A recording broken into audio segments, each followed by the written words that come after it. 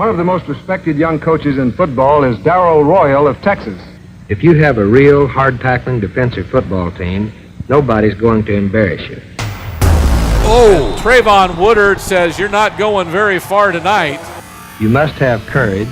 You must have desire and morale. Now throw it over the middle. It's intercepted. That's Beam. He's got the left sideline. He's got one blocker. These are basic qualities of an effective tackler. And there is a sack. Colt Fullen grabs him by the jersey and throws down Frank Harris. When a ball carrier is still standing up, as long as the whistle is not blown and there is still a spot for you to put your headgear or shoulder pad in there, this is good, clean, hard, legal football. Crushed by Woodard. When you tackle across the bow, turning the runner to the inside if you miss, it's sort of like shooting fish in a barrel. He can't get out of the barrel, and your teammates just keep shooting until somebody gets him. What makes a big play is that you make a play that changes the momentum of the game. Woodard breaks a tackle. He gets across the 40. He's got one man to beat. He beats. Some of the big plays are kind of hidden. He'll run himself. Touchdown, Josh Atkins. Make big plays because they're knowledgeable, because they prepared themselves, to make those kind of plays. You don't make those plays unless you're really prepared to do so. Broom has a man. It's Woodard. He catches it on the loose. He'll go all the way. You got to know your job, and you got to train for it, and you got to be prepared for it. And if you're that way, you're going to have good plays that'll come your way.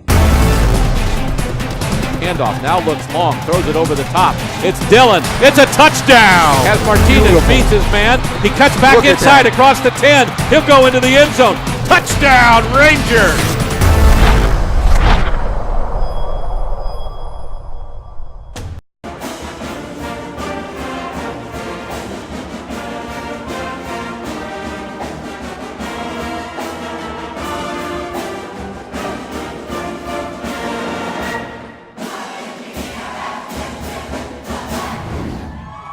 Welcome to this week's episode of Inside Rangers Football. I'm your host, Brant Freeman, joined as always by Smithson Valley head coach Larry Hill. The Rangers are moving on, 53-7 winners over Warren in the first round of the playoffs this past Friday. Coach, you'd come into the postseason riding a 6-game winning streak. It appears you carried that momentum into your first round playoff game. Impressive stuff for you in all three phases. What did you take away from the win? Well, of course, you survive and move on, or you lose and go home. That's kind of how it is in the playoffs, and so there's always a little more pressure than there is in the regular season. But got to play at home, be in the higher seed, so that was an advantage. A little bit of a slow start. They jumped out and scored on us first, but I thought some things really contributed to the victory. I think field position created by turnovers. Mm-hmm. We were +4 in turnovers. And kicking game, we had some big returns, and we always seem to have the ball on the short field. They always seem to have the ball on the long field. Mm-hmm. That made a big difference, and then we were able to pull away and get a lot of players in the game, which can't always do in the playoffs. Well, you mentioned the big plays in the return game on special teams. I'm running out of superlatives right now for Trevon Merrick Woodard. His fourth punt return punt return touchdown of the season, an 80-yarder, and not only that, but also returned the ensuing kickoff after Warren's opening game touchdown to the 50-yard line. A few plays later, he runs it in from about 32 yards out. Just how much of a game changer is he, no matter if it's special teams, defense, or offense? Well, he is that. He just has that knack, that gift of making big plays. And, kick returners, I've coached a lot of them through the years, and some guys just have a knack for hitting that crease. And sometimes it's a real physically talented player like Trayvon is, and sometimes not. There is a little bit of a knack to that, a little bit of a gift, and he's got it, and it excites our players because they know, man, if I can just get a little bit of this block, maybe he can go. Mm-hmm. And he plays 15, 20, 25 snaps of offense as well, and he's shown the knack over there to do that as well. So he's been a big part of our run. He was certainly big last Friday night. You look at the numbers offensively, what really stands out to me was the 275 yards rushing, and again, you did that without needing a 100-yard rusher. So not looking at the skill players there, your Josh Atkins, your Trevon Merrick Woodards, or Indiana Hawes, I want to look at the play of the offensive line. That was your 10th game of the season, and they appear to be getting better each and every week. How impressed were you by them? Well, very impressed. They had some big kids, some talented kids, and, we're not the biggest. We've got some athletic kids up front, some students of the game, very smart players up front, and guys with great desire. And they're able to maximize on that, and which kind of minimizes the fact that they're not as big as a lot of people that you'd normally see in the offensive line. And those guys are underappreciated, not just on our team, but most teams. And but our players who handle the ball certainly have a great appreciation for them, as does our coaching staff. They're playing very well right now. You mentioned at the start that Warren got out to a hot start in the game. They took a 7-0 lead, scoring on the opening drive, going 80 yards, a number of plays there. It seemed to be a kind of a feeling out process for your defense. What's Warren going to do? Okay, we've seen it. Now we know how to adjust. You shut them out the rest of the game. The play of the defense have been phenomenal throughout the regular season. It appears they picked up where they left off in the playoffs. Well, you mentioned adjusting, and we had to do that. They came out in a 5 wide out empty set that we really hadn't seen a lot of from them, and stuck with it.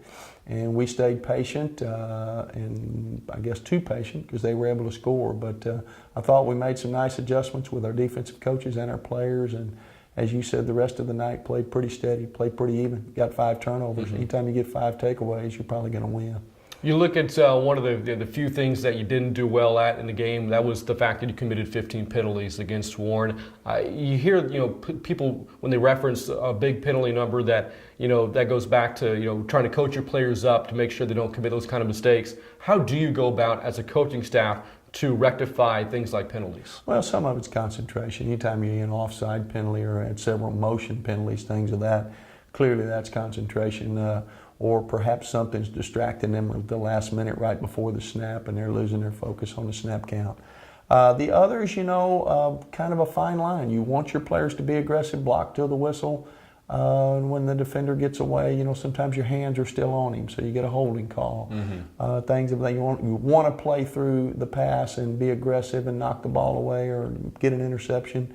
But you want your kids being aggressive doing that, but then we can't be early and get an interference call. So, it's talking about it, it's awareness, it's emphasizing it in practice, but it still comes down to doing it in a ball game under pressure. And some games you tend to have more of those than others. We've had games where we had 1 penalty, 2 penalties, 10 yards, things of that nature. So it's a concern, but at the same time, on we go. And I'm not sure we're going to change our style, and we're going to try to be a little more focused. Again, Swisson Valley, a 53-7 winner over Warren this past Friday with the 53 points scored. You could tell there were a lot of big plays for the Rangers in the game. Let's go through the film room and take a look. Let's take a look.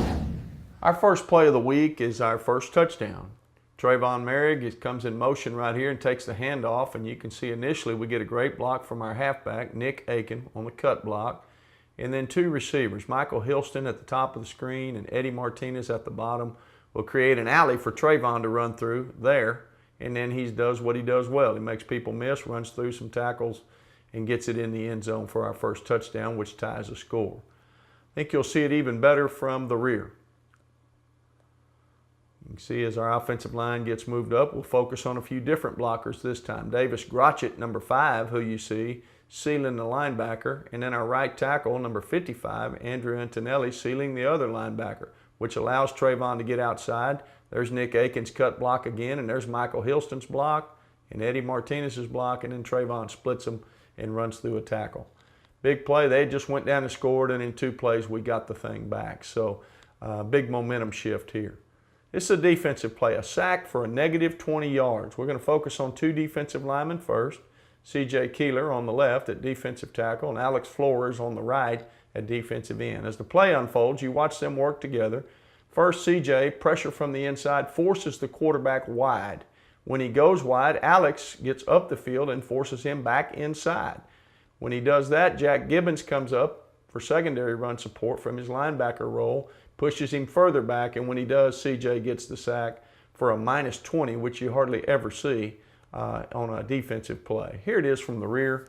Get a little bit different angle from it. Also see some coverage. There's Alex Flores on the left, C.J. Keeler on the right. As the play unfolds, as we mentioned a minute ago, it's a half roll pass. Quarterback takes a snap, starts that way. Now C.J. flushes him wide. Alex forces him back. You can see coverage there by Taylor Nix and also Josh Hansen. He has no one he can throw it to, so he has to continue to retreat. And then Jack Gibbons pressures up to the outside, and then finally C.J. and gets on the sack. Will Gibbons gets a little piece of that as well. Our final big play is a defensive touchdown. We have some of our backup kids in there, and we got a great play by several of them. Let's start with Brady Chubb with the circle around him. He sees the short pass completed, defeats the block of the wide receiver, comes up and gets his head and helmet right on the ball, pops it loose. Another junior, Jacob Johnson at safety, comes up, takes it on 2 hops, shows good speed. We get a block or two, little screens right there, and then he takes it all the way for a touchdown. Anytime he can score on defense, that's a very exciting play. Good for those guys to get in there and make those kinds of plays. See it from the rear as the play unfolds. There's a snap, quick throw out to their halfback, which they'll complete. He can't run inside, has to run outside. You can see Brady Chubb closing from the outside, knocks the ball. You can see it come out loose there. And then Jacob Johnson takes it on a hop and outruns the defense. We get a few little screens there from a few of our guys. Big play, ended the scoring for the night. And those are our plays of the week. Coach, that last play, the fumble return touchdown for Jacob Johnson, you know, these second and third team players, they work very hard throughout the season, throughout every week in practicing. They get opportunities when the game gets out of hand in terms of the points. And so there, your second team defense comes up with a big play. That was a big moment for them. It was. You know, anytime you score on defense with whatever team is in there, that's big. And those guys do practice well. They're good players. They've been able to get in a lot this year, and it's improving their level of play every time they can get out there. You know, our second offense was able to get on the field, make several first downs, keep the ball all the way to the end of the game. So, you know, those are opportunities you don't necessarily get every week. It's good when you can get them. You know, those guys do work hard and deserve those opportunities to play. Again, Smithson Valley, the winner over Warren this past Friday. Coming up this Friday, the Rangers take on the Lake Travis Cavaliers in the area round. We're going to preview that game coming up in just a bit. We're back in just a moment right here on Inside Rangers Football. Now, Brandon, there's nothing to be afraid of. It's no big deal. Bye, Dr. Bayless. That didn't hurt at all. Can I go pick from the treasure chest now?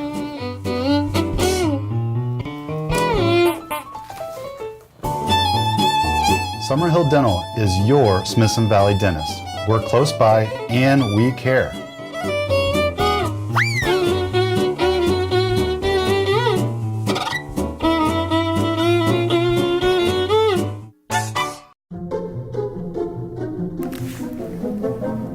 What gives?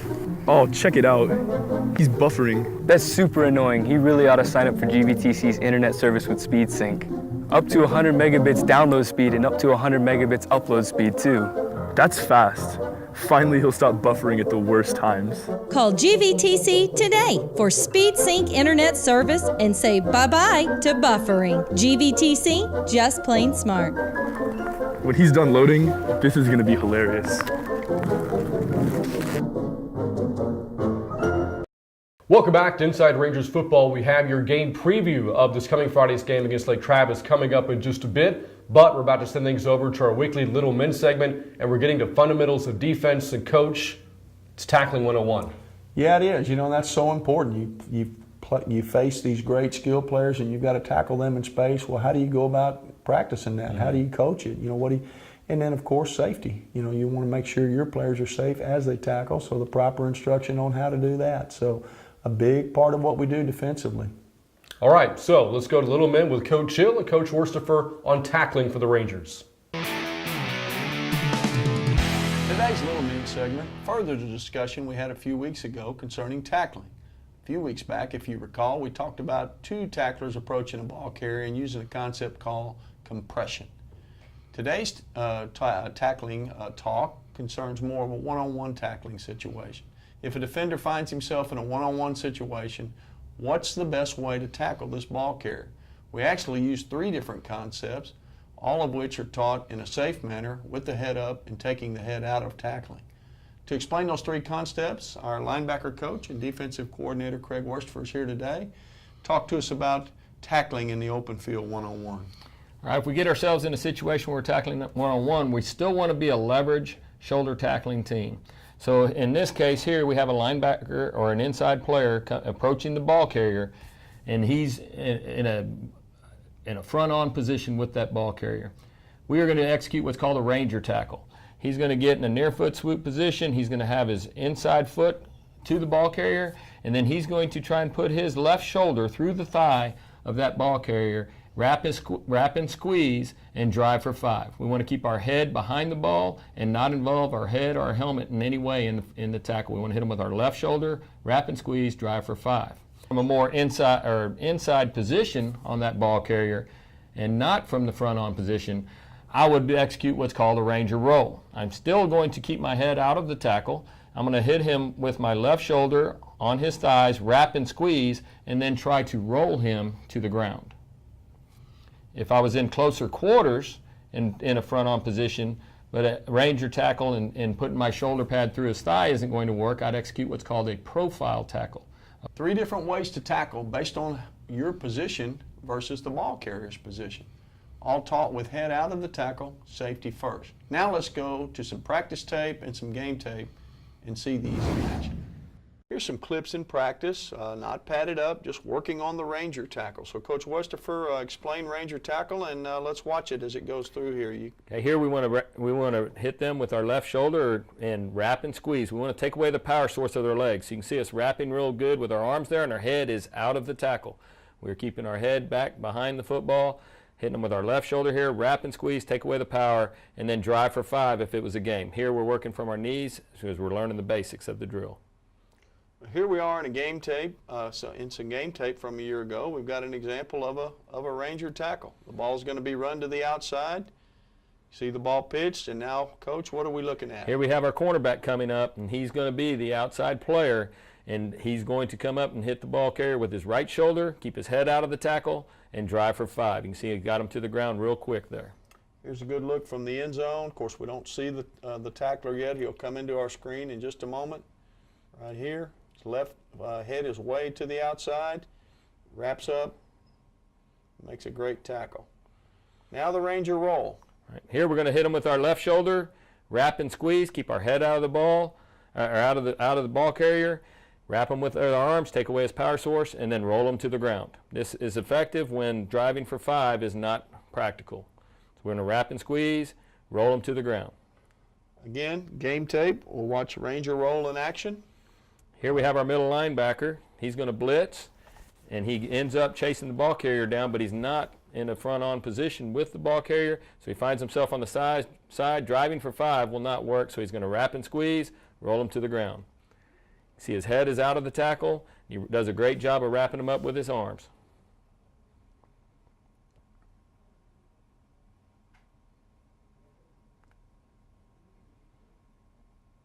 Right, you can see his hands wrapped around his thighs there. His head is out of the tackle, and he's going to roll him to the ground. Coach Westerfer, thanks for showing our viewing audience how we practice tackling and then how it translates to a game. And now let's go to Ranger Trivia. This week in Rangers Trivia, the 53 points scored by Smithson Valley on Friday was a team record for a first-round playoff game. The record for points scored by the Rangers in any round of the playoffs was set in 2005 in a win over Laredo United in the region semifinals. How many points did Smithson Valley score that game? Is the answer A, 56 points, B, 63 points, or C, 68 points? The answer is A, 56 points. Smithson Valley won that game 56-28 to advance to the region finals, eventually making it to the state semifinals that postseason. Yes, again, 56 points scored by the Rangers in that 05 game against the Longhorns of Laredo United. That Ranger team, again, went all the way to the state semifinals. That was a special team coach in 05, and maybe have something special in store here in the 2016 team. Well, I hope so. You know, we didn't quite get to that point level, point totals the other night, but pretty close. And this is a special group of kids, there's no doubt, as was the 05 team. And that was a big game. That was at home, day game right here at home, day after Thanksgiving. So that was a special memory. Again, Smithson Valley taking on Lake Travis this Friday, trying to advance to the region semifinals. We're going to take a break right here in Inside Rangers Football. When we come back, we'll preview Friday's game. We're back in just a moment.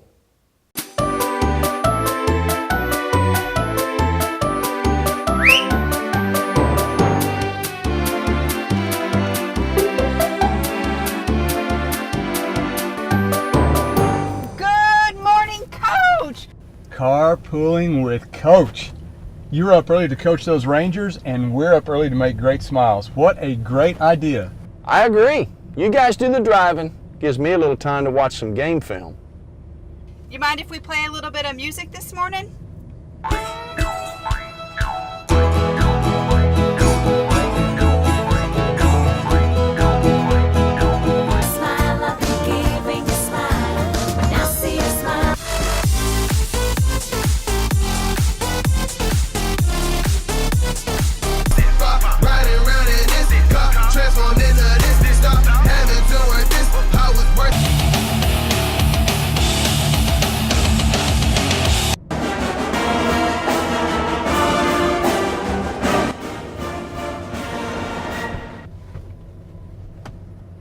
Hey, Coach, that was so much fun. What time should we be here to pick you up?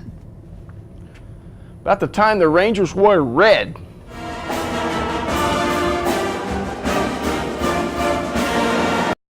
Welcome back to Inside Rangers Football. Smithson Valley taking on Lake Travis this Friday at Bobcat Stadium in San Marcos, 7:30 kickoff. Looking at this Lake Travis football team, Coach, they come in 10-1. They're ranked in the top 10 of the state in 6A football. It's been one of the great programs, not just in the region, but in the state over the past decade or so. Hank Carter's the head coach of this Cavalier program right now. Awfully impressive football team. What impresses you about them? Well, really just they're all around excellence. You know, they're not just an offensive team or a defensive team or kicking game. You know, they have great traditions, so they're not a Johnny-come-lately. I mean, you know, they've got everything, and got a number of Division I committed players, and you know, got talent. They're coached well, and you know, we wish the news was a little cheerier. Sure. But it is what it is. We have great respect for them and what they're doing, and it doesn't take long on tape to watch. To see that their reputation's well deserved. So you break down the matchup here. Let's look at the Cavaliers' offense. You look at the quarterback, Charlie Brewer, over 2,500 yards passing, a ridiculous touchdown interception ratio of 36-1. He has a 1,000-yard back in the backfield in Malik Barkley, 3 receivers, over 500 yards receiving.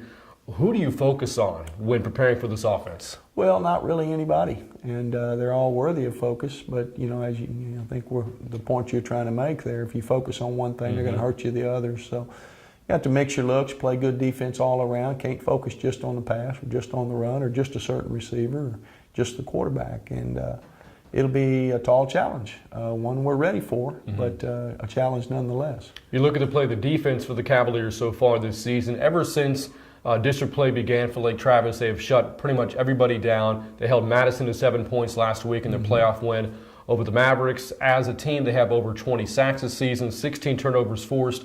What do you have to do offensively to counter what they're going to do on defense? Oh, probably kind of like what we talked about with our defense, mix our looks. I don't think we can be one-dimensional, throw it every play, run it every play. I think we'll have to mix our looks, mix our formations, make sure we've got several options within each play, and you know, try to keep them guessing a little bit. At the same time, playing to our strengths, the things that we do well and have done well, we've got to continue to feature those. So, you know, it'll just be one of those games when you get your opportunities, you got to make the most of them, because you're probably not going to get them every snap. When we were recapping the win over Warren, you pointed out how the fact that it seemed that field position you had it the entire game, better field position than the Warriors did. How paramount will winning field position be this Friday against a team of that caliber in Lake Travis? Well, anytime you're playing a great team, it's real important. You know, I don't think you're going to stop them, just stonewall them every time. So if they have long 80, 90-yard drives facing them, then your odds are better of getting a stop. If you've got short fields, and you know, it should take fewer plays to get to the end zone. You don't need a long, sustained drive. I mean, you may get a couple of those, but to think you'll get them all night, that's being a little naive. So it will play a big role, and that's created a lot of different ways. Kicking game, kickoff coverage, kickoff returns, punts and punt returns, but also taking care of the ball. And if you don't move it, at least punt them back. Or if they punt, getting a big return or blocking a kick. A lot of things can generate field position, but at the end of the day, you better get it somehow in your favor. Well, this past Friday, you had the advantage of playing in your home stadium in the game against Warren. This Friday, a neutral field, but both teams are kind of meeting halfway. You have Lake Travis coming from the greater Austin area, from where you're coming at to San Marcos to Bobcat Stadium. And I anticipate a great atmosphere at the game on Friday. Both fan bases should definitely be showing up to the game. What are you expecting in terms of atmosphere? Well, it'll have the feel of early, mid, or even late December football game. You know, teams that have played that long in the past, and so and now you're having 2 of them playing each other in the second round. So weather's predicted to be good. Hopefully, it'll be a nice, cool night, and should be a lot of electricity in the air. It'll be great for all the kids and coaches because, I mean, these are the kinds of games they dreamed about playing in when they joined football way back when.